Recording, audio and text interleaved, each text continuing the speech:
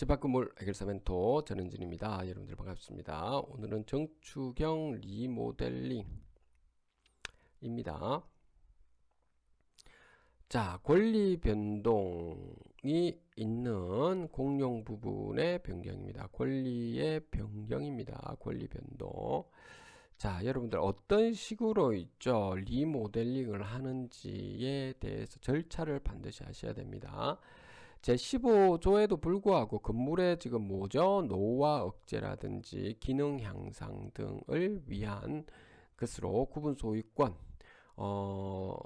및 그 다음에 대지권이죠. 대지 사용권의 요 범위와 내용의 변동을 일으키는 공용 부분의 변경에 관한 사항은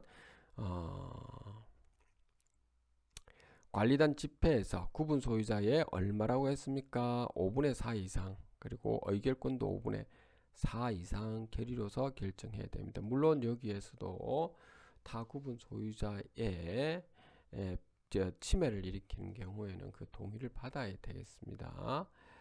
자, 그래서 권리의 변동까지 일으키는 거, 다시 말해서 여러분들이 거기에 있는 공용 사용 부분을 다른 걸로 바꿈으로 인해서, 또는 대지권을 다른 좀 바꿈으로 인해 가지고 여러분은 등기부에 있는 그 전용은 바뀌지 않는다 하더라도 공용 부분이 지금 지분권이 바뀌게 되는 상황이 있을 겁니다.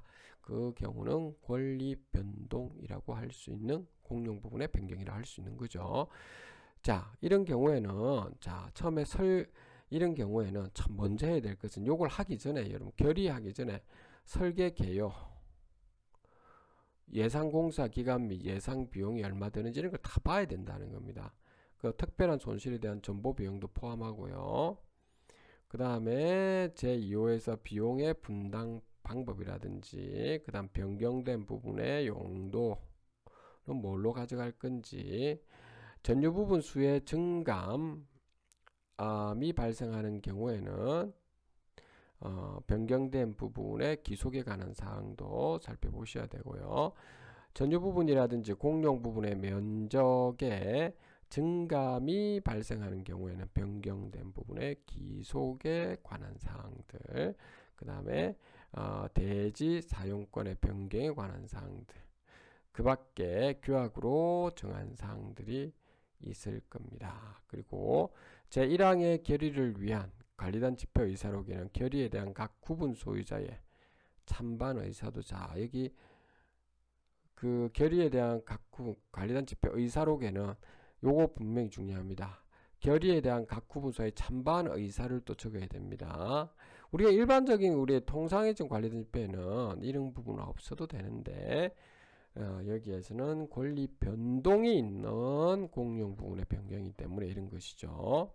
반드시 요거 중요한 점이. 그래서 이런 설계 계획부터 하는 요 부분 있죠. 요런 부분, 정축형 리모델링 할 때 요런 부분을 충분히 알아보고 나중에 우리는 관리단 집회 통지 안내를 해야 되기 때문에, 이렇게 하기 위해서는 그 건물 부분이 얼마만큼 좀 문제가 있는 안전진단 같은 것부터 해서 여러분들이 직접 살펴보셔야 됩니다. 그러면 건축사라든지 이런 분들하고도 알아보시고, 이렇게 충분히 알아보시고 해야 됩니다.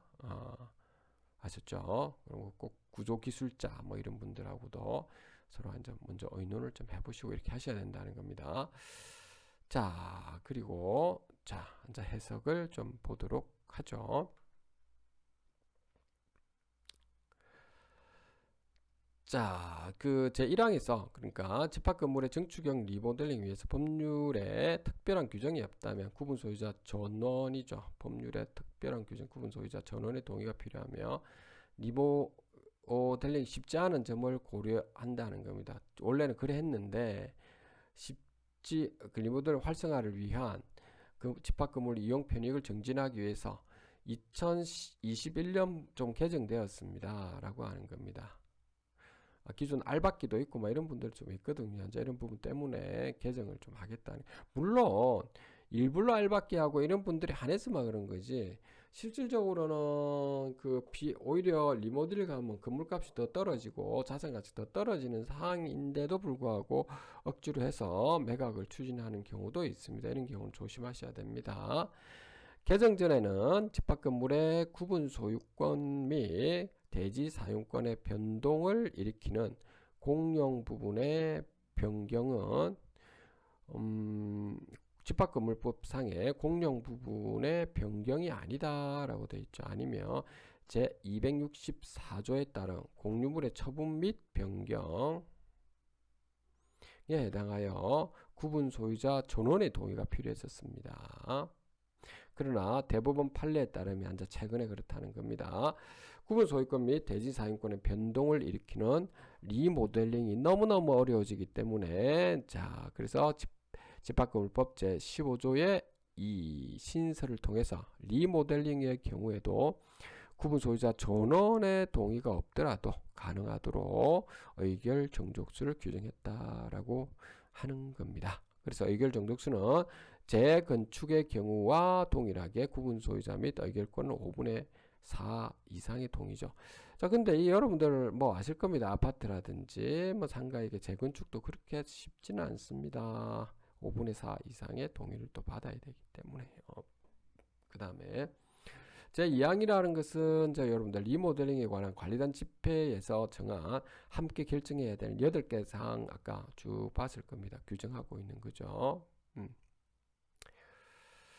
그래서 특히 있죠. 여러분들 같은 경우는 주상복합 등의 정축형 리모델링 같은 경우에는 정축된 부분의 용도라든지 그 기속을 정하는 부분에서 주거용 부분하고 있죠. 상업용 부분 있죠. 요 주상복합이 이렇게 별도로 되어 있죠. 그래서 중에서 과소 부분에서 불합리한 결의가 강제되는 것을 방지하기 위해 가지고 변경된 부분의 용도를 미리 정하도록 그래서 제4호에 아까 넣어놨던 겁니다. 또한 불합리한 지금 대지 사용권의 축소를 또 방지하기 위해서 대지 사용권의 변동에 관한 사항도 결의 사항에 결의 내용에 지금 포함시키도록 했습니다.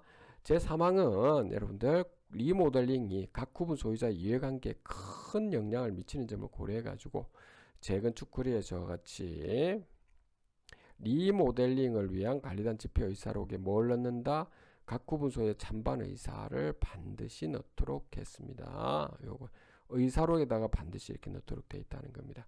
제4항은 리모델링에 대한 결의가 정립한 경우에는 리모델링에 참가하지 않는 구분 소유자의 이익을 보호하기 위해서 재건축에서의 매도 청구권 규정 나중에 한번 볼 겁니다. 준용하고 있습니다. 여기도.